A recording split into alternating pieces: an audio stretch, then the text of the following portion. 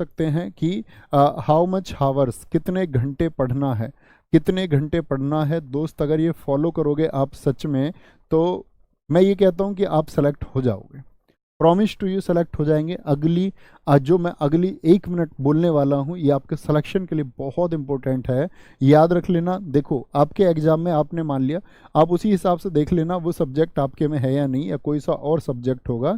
कितने भी सब्जेक्ट हो पॉलिसी यही रहनी है। रीजनिंग हो गया आपका, जीएस हो गया, मैथ हो गया, और कौन सा सब्जेक्ट बच जाएगा, एक आपका हिंदी या अंग्रेजी बच जाएगा, ऐसे ही तो बचेगा। तो हिंदी या अंग्रेजी जो कोई भी है, देखना ध्यान से। तो मैंने कहा दोस्त आपने अपनी तैयारी के लिए आइडियल मान लिए कि मैं 8 घंटे पढ़ाई करूंगा, ठीक है, 8 घंटे, 10 घंटे, कोई बच्चा 12 घंटे भी पढ़ेगा, कोई 6 घंटे भी पढ़ेगा, जितने भी घंटे आप पढ़ें कोई दिक्कत नहीं।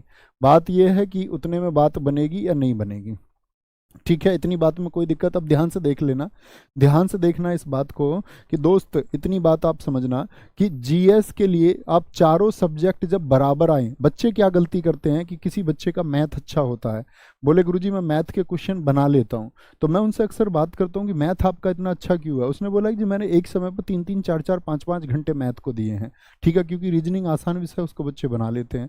फिर बात आती है जीएस की, जी जीएस मेरी कमजोर है, तो बच्चों से मैं पूछता हूँ जीएस कमजोर क्यों है, क्योंकि वो कहते हैं कि जीएस को हमने कभी उतनी शिद्दत से उतने घंटे उसको दिए नहीं। तो सबसे पहला रूल क्या है, सबसे पहला रूल तो ये है दोस्त, जितनी भी देर पढ़ाई करें तो चारों सब्जेक्ट में बांट लेना। 6 घंटे पढ़ाई करते हैं या 8 घंटे पढ़ाई करते हैं या 10 घंटे, 10 घंटे वाले बच्चे को मैं आइडियल मानूंगा कि ये 2.5-2.5 घंटे आप इनको दें, ठीक है। 2.5 घंटे जीएस को, 2.5 घंटे मैथ को, 2.5 घंटे रीजनिंग को, 2.5 घंटे हिंदी को। भैया कैसी बात कर रहे हैं, 2.5 घंटे हिंदी को, पहले मेरी बात सुन लीजिए सारी। तो क्या बोलेंगे आप, कहेंगे भैया हिंदी को तो 2.5 घंटा देने की आवश्यकता ही नहीं है, जितना पढ़ते हैं, एक तो इसकी क्लास हो गई, एक प्रैक्टिस सेट हमने इसका लगा लिया, तो 1.5-2 घंटे में तो हमको सफिशियंट लगता है। तो दोस्त कुछ तो टाइम यहाँ से बचाओगे ना, यहाँ से कुछ तो टाइम बचाओगे, यहाँ से जितना मान के चलिए आपने यहाँ से 1 घंटा बचा लिया 2.5 घंटे में से, तो ये 1 घंटा कहाँ पहुँचा देना है, ये 1 घंटा पहुंचा देना है जिस सब्जेक्ट में आपकी कमजोरी है। तो यहाँ +1 आवर हो गया, मान के चलो जिसका जीएस कमजोर है, ठीक है। अच्छा भैया रीजनिंग के लिए 2.5 घंटे की मुझे जरूरत ही नहीं लगती, एक प्रैक्टिस सेट लगा लेता हूँ स्पीड मोड पे 2x की स्पीड पे, या कोई बुक है मेरे वहाँ से मैं प्रैक्टिस सेट लगा लेता हूँ रीजनिंग का, और तो भैया मुझको जरूरत ही नहीं, बस एक क्लास की जरूरत होती है रीजनिंग के लिए और एक प्रैक्टिस सेट की निरंतर।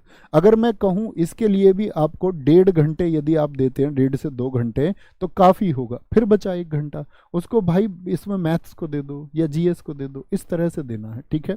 तो समझ गए मेरी बात को, थम्स अप करिए। हम लोग क्या करते हैं, गलती ये करते हैं कि हम लोग मैथ को पढ़ रहे हैं 4 घंटे, ठीक है, तो मैथ तो अच्छा हो ही जाएगा, ये गलत तरीका है। फिर बाकी सब्जेक्ट का रेशियो बनाइए, जो सब्जेक्ट अच्छा होता जाए, जिन लोगों का मैथ अच्छा है वो मैथ को एक प्रैक्टिस सेशन बनाते रहिए, अतिरिक्त मैथ करने की जरूरत नहीं है आपको, बुक से बना लीजिए। तो समय आपको उस सब्जेक्ट के लिए बचाइए जो आपका कमजोर है, उसको कमजोर मत रहने दीजिए, ठीक है। आगे आते हैं, नेक्स्ट है